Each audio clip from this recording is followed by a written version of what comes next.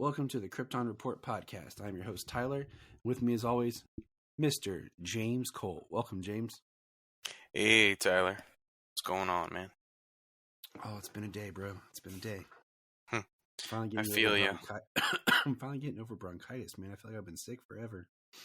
I think you have been sick for just about forever. I mean, I think I got sick the day after I met you, and it just never changed. Yeah. It's been hitting this family hard. Like, it's kept us all kind of down. So, I apologize. I haven't been this bad, but let's get into some things here. We won't keep everyone too long. All right, what's some news? Okay, Aquaman is now on digital, and it'll be on Blu-ray March 12th. Let me just double check with my reference here. That sounds correct. March 12th, yeah. When it drops on Blu-ray, we will be doing our commentary. So, yeah, that's a long time between a digital at home and physical release, though.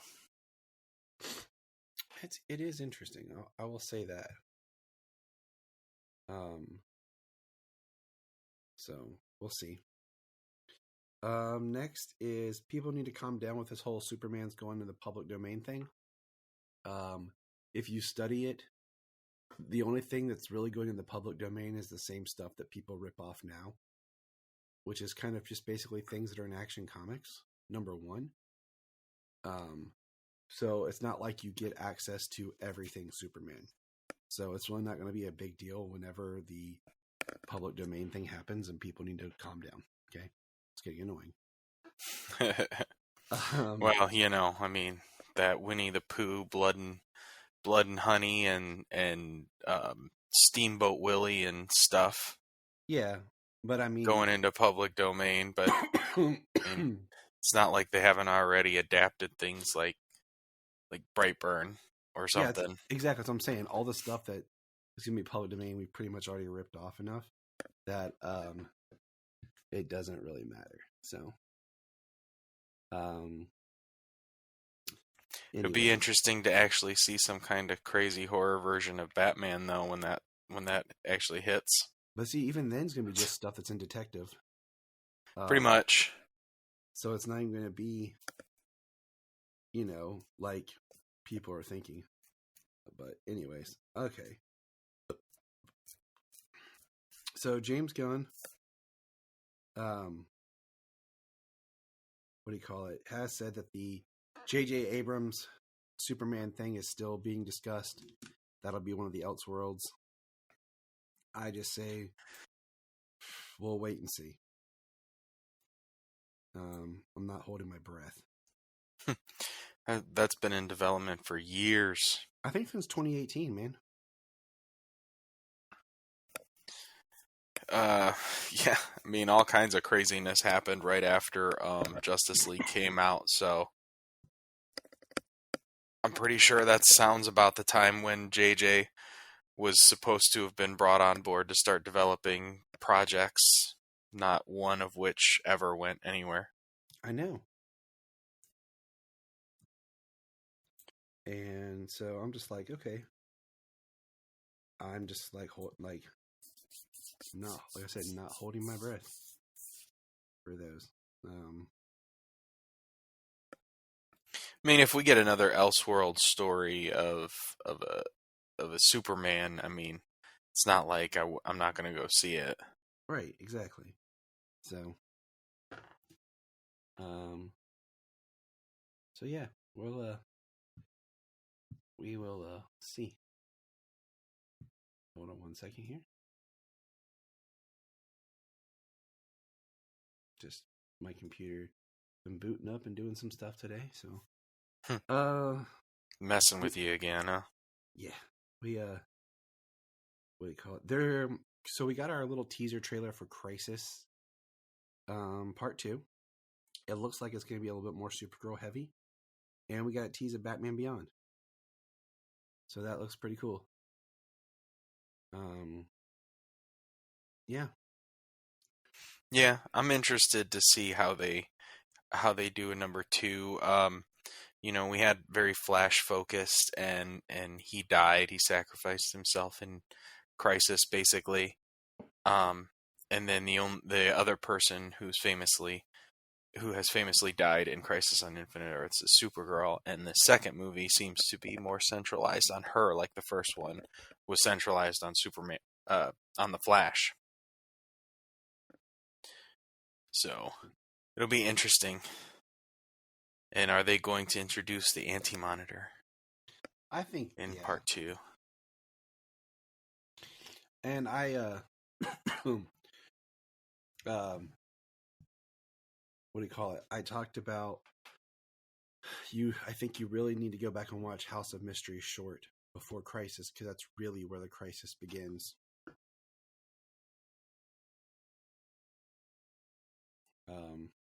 I highly recommend it. So, and the last thing I got is there's a new Superman event coming, and it looks like it's gonna be written by Mark Waid. And it's gonna be Brainiac and Superman, like its own Crisis kind of event. So, I'm intrigued.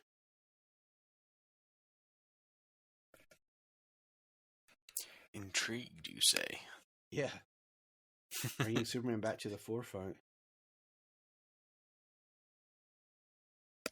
Yeah, it'll be interesting to see Superman and Brainiac kind of have this, kind of crisis level thing going on. So, all right, that's all the news I have. Now we're gonna get into some comics. And I'm gonna let James lead the first comic. Which one would you like to do first, James?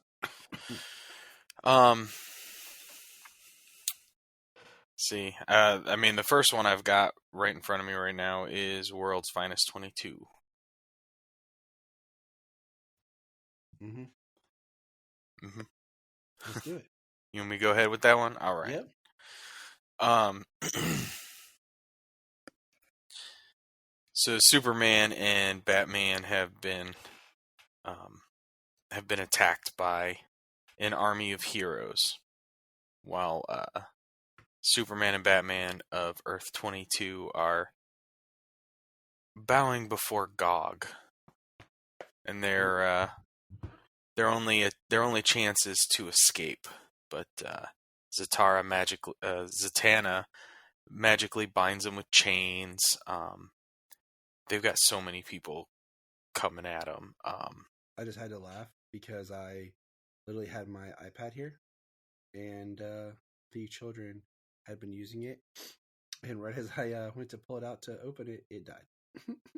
Oh, fantastic! So I was pulling it up, like, all right, and we're dead now. Thank you, children. It's funny though, because we've been watching a lot of Justice League action, which we'll talk about, and Firestorm is all over that thing, and it's like kryptonite gas. Whoever had me as the one delivering the final blow just won the pool. Mm-hmm. So Superman and Batman are captured and brought before Gog, and Superman and Batman. David Thunderman, he's lying to them, and it's all for show for Superman and Batman. They're taken to the catacombs. It's where they've got everybody locked up, and they find out that Mobius, it's the Mobius chair, is his throne that he's been sitting on. Which is fascinating. Yeah. Metron of the New Gods, who's Mobius' chair. He's got him locked up, and he's starved him of knowledge. He's been hidden away, and he hasn't been absorbing knowledge as he usually does. Gog uses his powers on David, on Thunderman, and now he is Magog. So David's been changed into Magog. Which I thought was very interesting. Yeah, that we know from Kingdom Come. Much, much later, though.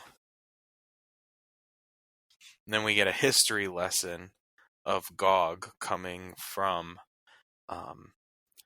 Urgrund, the Third World, when their war destroyed the planet and it created two, which was New Genesis and Apocalypse.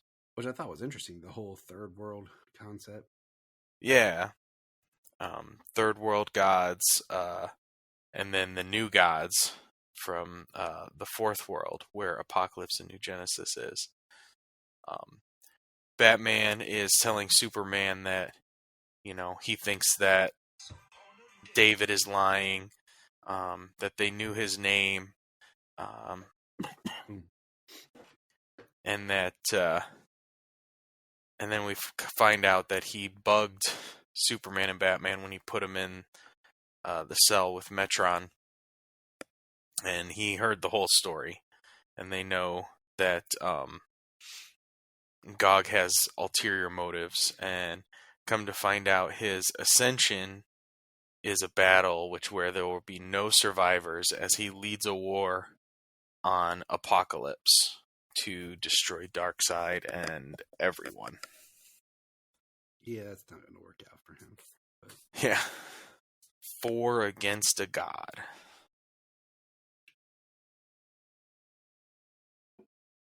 Yeah, it's going to be a good one. Yeah. This World Finest book's been pretty good for the most part. This arc is probably one of the best so far. I mean, it's Mark Waid. Yes. See, she even gets it. Yeah, she knows. Yeah, Mark honey. Waid in Mark Waid.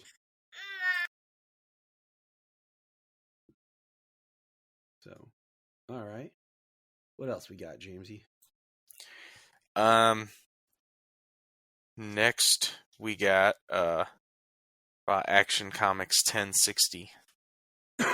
Now this one, what's funny with this one I feel like actually kind of slipped through my fingers, because I don't know why or how I missed this one. But then all of a sudden I saw it in there, and I read it, and then I was like, oh, and then the next day, the annual dropped. So I was like, oh, cool. But yeah, let's bring it up, bro. Action Comics 1060 has our good man, Mr. John Constantine. Yes, and Superman goes to the Devonshire to get Constantine, who is passed out drunk. Of course. Yeah. Got Otho on Earth Al Ghul as she is being twisted and used by Sister Shadow, being manipulated into seeing this warrior that she's meant to become.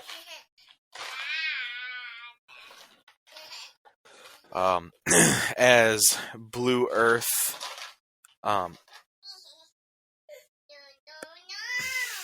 hold on a sec. Nah, you're good. Blue Earth are doing their thing. Meanwhile, Tyler's coughing. Yeah, the sound you heard in the back was Blue Earth destroying stuff. But yeah, Blue Earth is destroying Metropolis, trying to draw out Superman and take out Superman and all the other Kryptonians.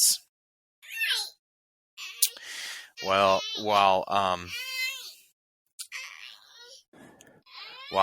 Osel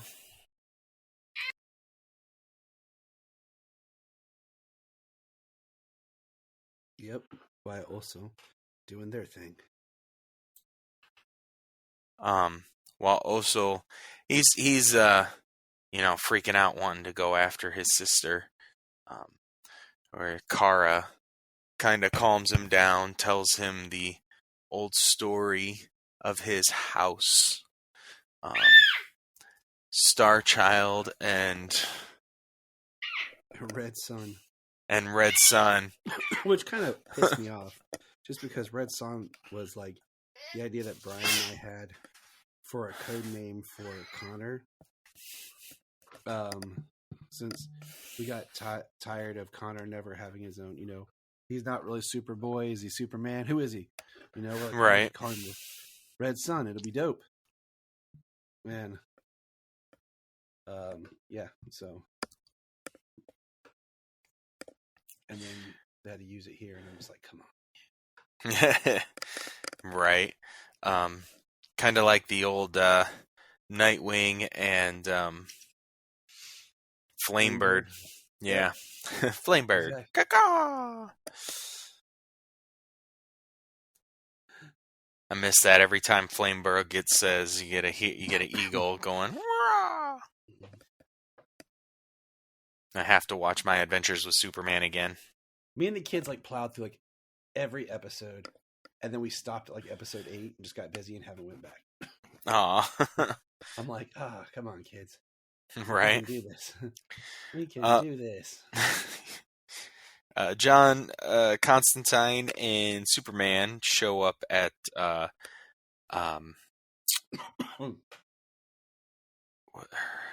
Nora Stone's like building where she's been operating Blue Earth out of her headquarters. I like the little smoking joke and everything here. Asking Superman for a light, mostly telling him it's for a spell, and he's like, you're afraid to die of lung cancer or something. But they go into Nora Stone's place. Constantine sees all kinds of magical relics. They're from different Earths that the Al Ghuls have conquered. And so there's people from different Earths who are dead, and things that have been destroyed, all these things that exist that shouldn't, at least in these ways. Superman hears Otho hollering. John says it's a trick, and Superman ends up getting sucked into hell. Because he's an idiot. Yeah. Wouldn't listen to John telling him it's a trick, it's a magical trick, and he gets sucked into hell where he meets Etrigan and what was it, Bloodwind? Yeah. The Superman of Hell? Yeah. Basically, yeah. And we get the backup story, Squad Dreams, written by Nicole Maines and Steve Orlando. John wakes up with hanging out with Nia Null on Nia Null's couch. Dreamer, and Amanda Waller shows up at the door. She's being manipulated into going after a guy. They call him Aftermath. You can see afterthought. He can see 5 seconds into the future. So like he's a pretty damn good fighter. But the whole story is Nia's fighting him, and she sees things like farther into the future, and she interprets the future. So she's able to manipulate it so that way he can't see what she ultimately is going to do until it's too late, and she stops him. Because she's sweet, I think. Well, I mean, of course, if they're going to be, making her, I mean, that's a pretty awesome kind of when you've got people like fighting who can see through time or those kind of things. Like, at least for now, it was really cool. It's an interesting way to, use those abilities against each other. But it was all Amanda Waller's plan to, if she could get Nia to do this, risk her life, there's other things that she could get her to do. Yep. Waller's evil. Yeah. And then we got New Candor 6 months ago, where General Zod is being talked about, like if he's part of the United Planets or not, and about his secrecy on everything he's doing, lack of communication with the United Planets and things.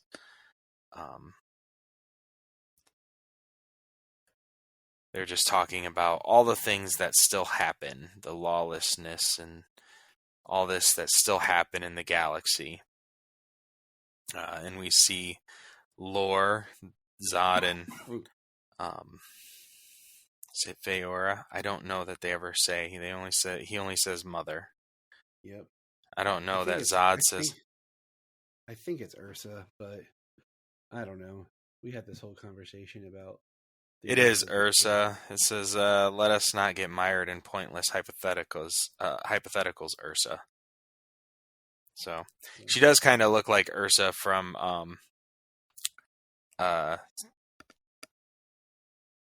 Superman the movie.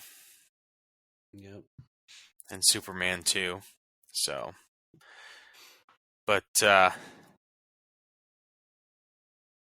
their son Lore, he's restless. He's helping to fight and train these new, like, genetically created beings, a new genetically created army. And come to find out, Lore flies through like a visual force field, so he can't see what's on the other side, and Zod looks like he's planning armadas worth of ships. Sounds about right. Continue to kneel before Zod, number 1. All right, sounds good. All right, next book. You ready? Yeah. You want Action Comics. I kind of think it's cheap when they do these, where they finish the story we've been following, like in an annual or a special. When you're like, if you miss it, you're like, well.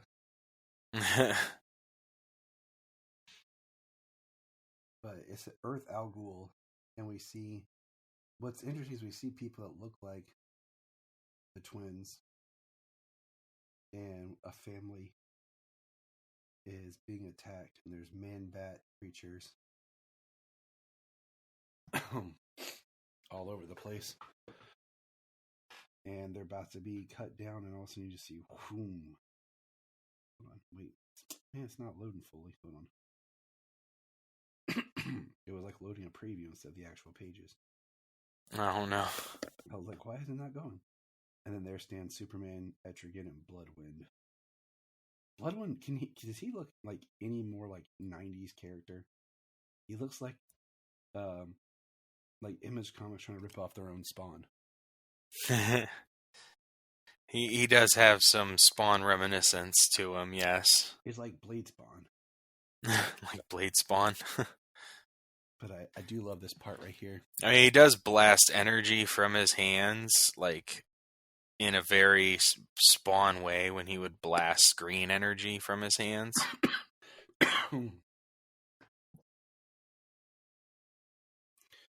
I do like the girl who's asking Superman about his symbol. And he says, "That's my family sigil, a mark that carries the meaning. This reminds me to be brave."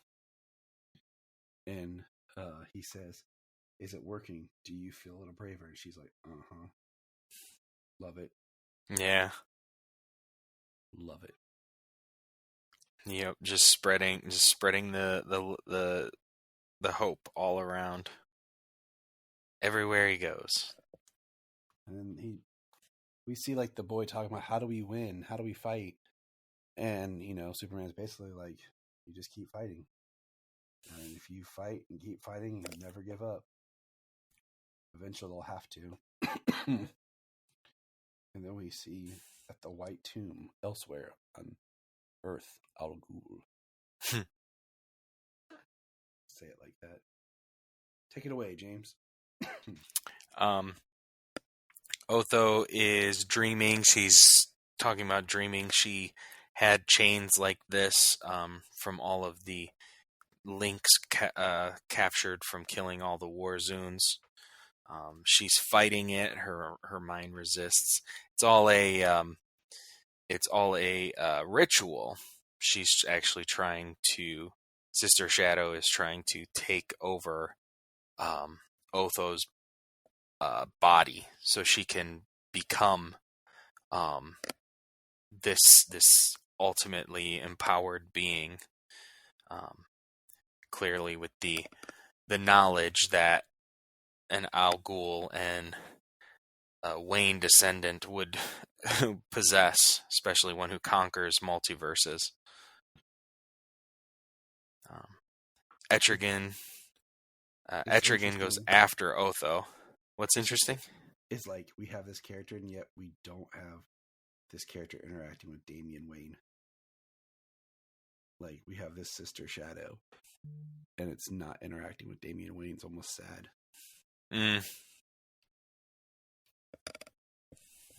Just saying. Yeah. Well, it is, but they've also gone... They've definitely brought it into the Superman books, talking about how they target the Kryptonians on every planet and take them out first. I know. Some dark stuff. Yeah. Superman and Bloodwind. What's that? Oh, so we got some blimps. Yeah. Yes, we do. Blimps and a bunch of man-bats flying all over the place. Bloodwind and Superman taking them down, blowing them out of the sky. We see a bunch of those red beams that Bloodwind's firing out of his hands. Etrigan shows up as everybody's fighting. Otho stabs Etrigan. Superman shows up, and through magic, through manipulation, Superman is being made to look like Mongol, like Otho's enemy. That she's got to take him down, and Superman, he just talks to her like she's Otho, and says that she's the bravest girl he's ever known. Kind of breaks her free of the spell, and calls her my fearless little star child. All of a sudden, did a Kiss song pop in your head? I just got done watching Role Models again today. It's one of my, comfort go-to films. So, they have the whole Kiss thing in there. Yeah. For people who might not know. So yeah, when I read this the other day, I was like, Star Child. That's great.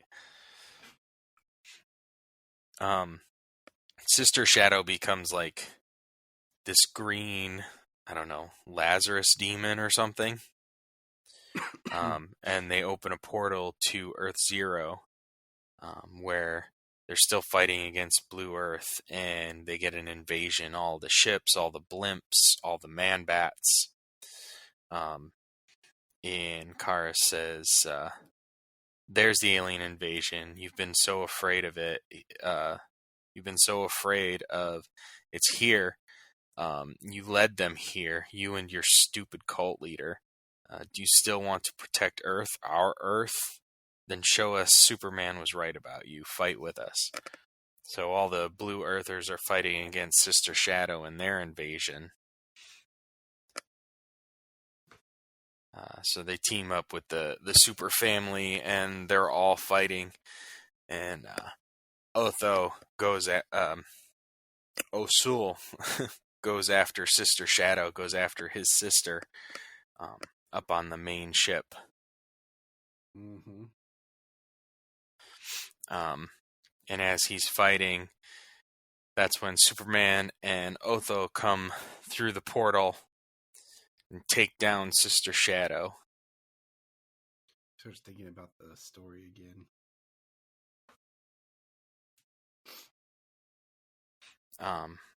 And looks, I don't know if it's from the other side or if it's just from the combination of everything that happens, but Etrigan and Bloodwind look like they're on the Earth Al Ghul side, maybe the Hell side.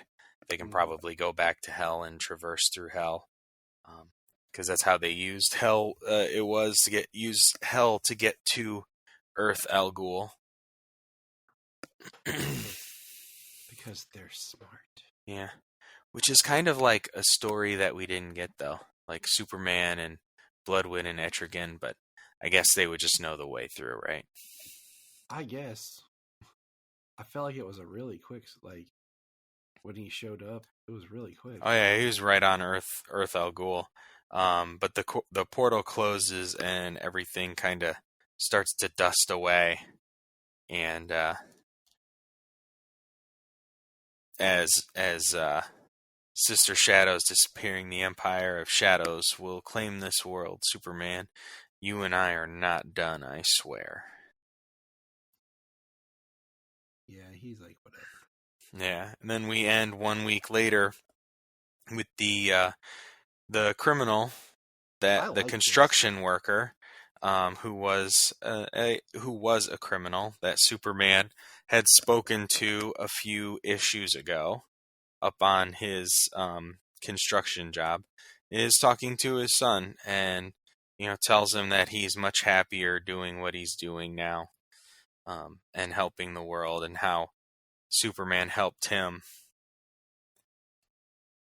and it's a better world with us in it. It was a great way to end it. Yeah. Great shot of Superman flying. All right. Last comic we have, Superman number 9, correct? Superman number 9. We haven't done comics in forever just because we switched over to the app. Yeah. Well, now we're going to be able to throw in things in between other stories, Steelworks and Power Girl and probably Supergirl. We've got Neil Before Zod coming. Like, there's going to be some books we'll be able to keep up with and talk on now. Yeah. And eventually they'll finish the Superman Lost, and we'll go back through and do a whole.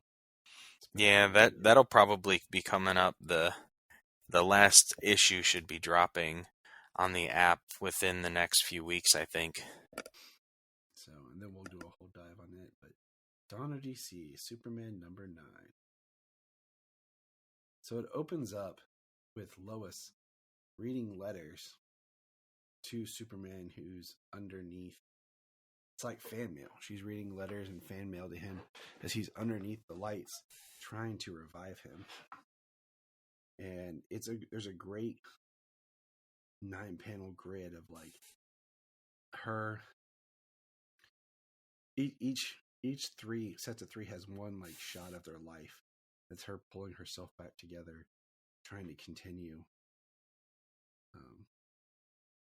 It's good stuff. Yeah, the first time they meet, when they get married, and then when John is born. So it's very good. Love it. Yeah. Perry saying he's going to put his campaign for mayor on hold, as the city tries to pull together after the Chained had fought, and how Superman has almost died taking him down. Lex is talking to his mother about his daughter, Lena. Yes, who is now at Supercorp. She's got like a tattoo on her forehead. It looks like the Brainiac symbol. It does. It's very, very curious with the knowledge of Brainiac stuff coming forward. Mm-hmm. They've got the Chained Sam Stryker locked up again. Lena sees LL01, the the Lex Jor-El hologram. Lois leaves Jimmy in charge of the Daily Planet. Yeah, how do you like that? Well, considering that all this time has actually passed and he has been a with this paper for a very long time, he's been on staff for a very long time. I mean, and he has actually owned the Daily Planet at one point. Like, I don't think it's out of the realm. Like, this isn't just, put young kid Jimmy Olsen in charge. Right. So it's not exactly that anymore, you know? Mm-hmm. That was my thought. I was like, makes sense. Yeah, like he came right up with Lois Lane. He's probably one of the top staff, at least photojournalists on the paper. This is James Olsen, not James Henry. Yes, not Henry James Olsen. Yeah, that's what it is. You can't keep all my Jimmys, straight here. Well, Superman wakes up, saying he's going to have to write Jamie back and tell him that he remembers him and his brother. They've been taking turns, taking shifts because they don't trust Supercorp to, take care of Superman. And this is when we get Mercy showing up, saying that all the kryptonite poisoning that he absorbed, he can't be exposed to kryptonite like that again. He needs to heal. Like he's very bad off. Kryptonite could be deadly to him at this point because of how poisoned and ravaged his body was from it. Go figure, James. Kryptonite, weakness to Superman. Nah. It's like we've heard of this before. Yeah. It's interesting different ways they're doing it, like the how poisoned he was because he had to wear the suit with the gloves. But how they have to use Lex Luthor's war suit to protect him, but with some modifications. But Superman knows that they are going after that Farm and Graft are going after Marilyn Moonlight because somehow she's connected to Lex. Somehow. Dr. Farm is here though. I don't know if it's Mr. Farm or Dr. Farm. Can't keep those ones straight. Mm-mm. But as he's talking to Marilyn Moonlight, Superman shows up. And, I mean, he turned the armor into something pretty awesome. Pretty quick. He made it ballin'. Yeah. He got to go out accessorizing. He can't just show up like in regular armor. He's like, no, guys. This has to be my armor and reflect me. So I have to look good. Right. Pretty much. But he clicks his wheelchair and it turns into like this spider mech with like kryptonite claws that shoot kryptonite laser blasts. Dr. Farmer needs a shirt, dude. Yeah, right. For a guy in a wheelchair, though, he's ripped. For real, like he's definitely working on something. Oh yeah, you got to. Doesn't matter if you're in a wheelchair, you got to keep working at it, man. But they're fighting each other, and Lex tells him to use like EMPs and weapons, and Superman tells him that he took all the weapons out of the suit, that it's only meant to protect him and not harm others.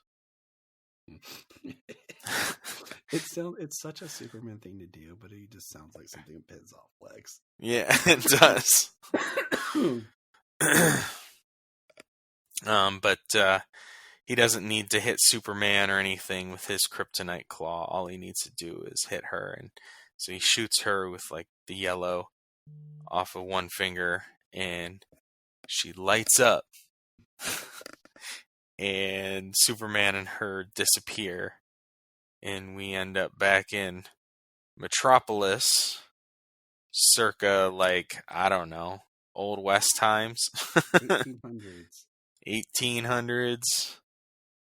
On a train, which looks to be like a young farm and graft with their mother, as Marilyn Moonlight said she was like a snake-tongued woman. And it's just interesting if they're like that old.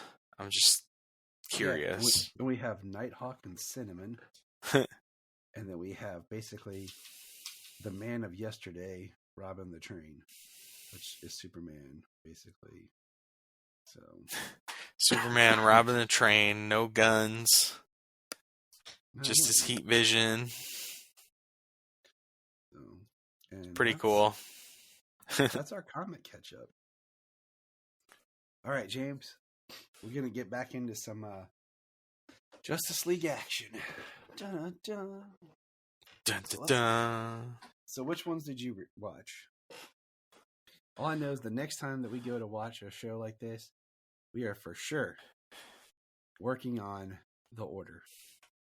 Because this is right, this production order thing versus like what they are on our different servers is killing us. Yeah, because you did say The Trouble with the Truth. And I'm not sure if you watched that last time, but I know I did, and I had spoke to you about it, about the Yep, I totally forgot, but we did it. So, I mean, if you want to talk about something, anything you hit with it, you know. We got the Garden of Evil and yes, All Aboard Space Train, right? Yep. I watched Time Out and The Fatal Fair as well. All right. The Garden of Evil, I'll start with that one. I just enjoyed it because it's something that we joke about like all the time, even when we're playing like Injustice, where we have Swamp Thing and Poison Ivy, and the ongoing joke in it is that Poison Ivy is controlling Swamp Thing because she controls plants and he's a plant. Right. It says Poison Ivy takes over control of Swamp Thing, uses his vegetation powers to overwhelm Gotham. So, what do you think about it? It is a fun episode. You know, I mean, the more you hear Mark Hamill as this version of Swamp Thing, you know, it's not as like jarring. You know, I mean, yeah, it's not the Swamp Thing that we kind of think of or anything, but for this version, like I said, it works. The more you hear it, and certainly with like snapping back and forth of, you know, I can't stop this. Ivy is controlling me, and then Ivy, and then him going back and saying Ivy is his schmoopy and stuff.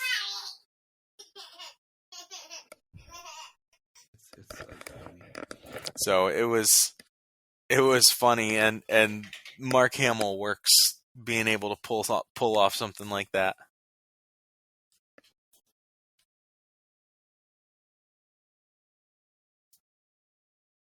Yep. It was fun. So, but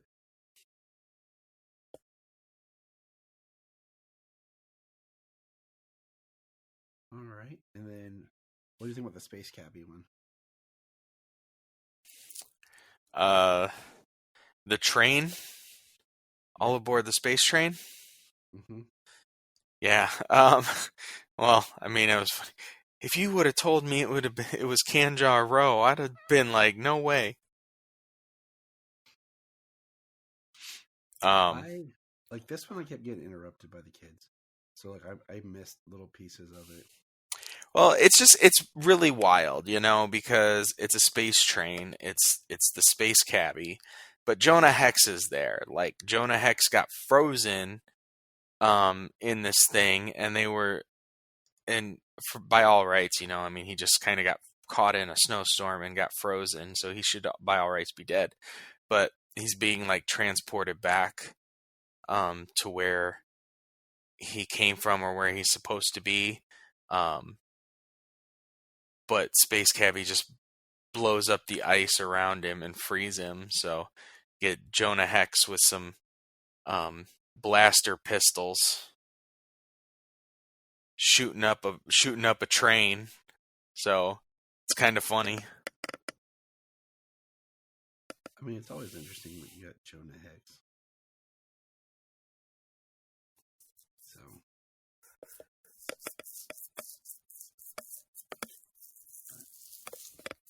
yeah, this one kept like I'm not a huge fan of the space cabbie, but it works. Yeah, I mean it worked for the episode. It worked for the just a random mishmash of people.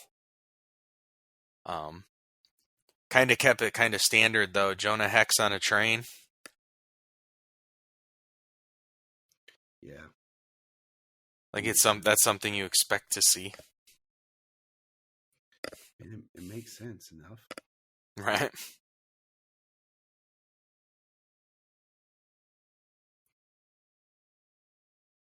Like I said, I missed parts of this one just because the kids kept getting louder and popping in, and it made it difficult to listen to. Yeah, that actually happened with the next one for me, which was Time Out. I didn't get to make it to the next one. Oh, okay. Because I went to go back to it, and yeah, the kids. But yeah, if you watched it, go ahead and talk about it.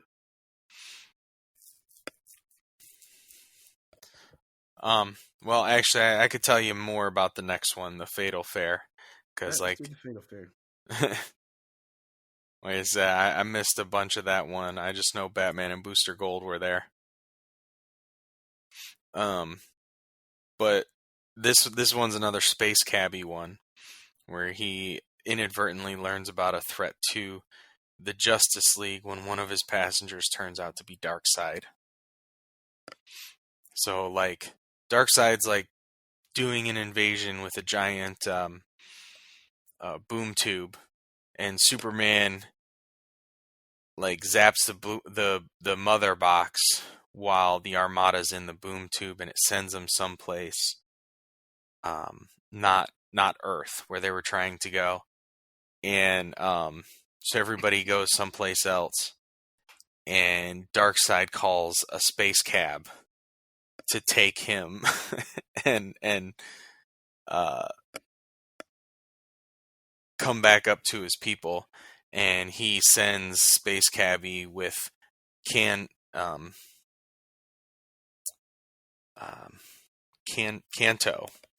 and Kanto is supposed to take him someplace and off him because he learns of a threat against the Justice League from Darkseid. But he has a radio open to Batman and the Justice League, and he takes Kanto, and they take him down and save Space Cabbie. That's cool. Yeah, and his cab breaks down. He's got a little robot called, I believe, Jack. Looks like a little R2-D2. He's like fixing up, and he ends up calling Roxy Rocket for a pickup. And the place she's got a fare that she has to pick up is actually the place where Darkseid was sent. And Space Cabbie doesn't want to see Darkseid face to face again. It was a funny episode.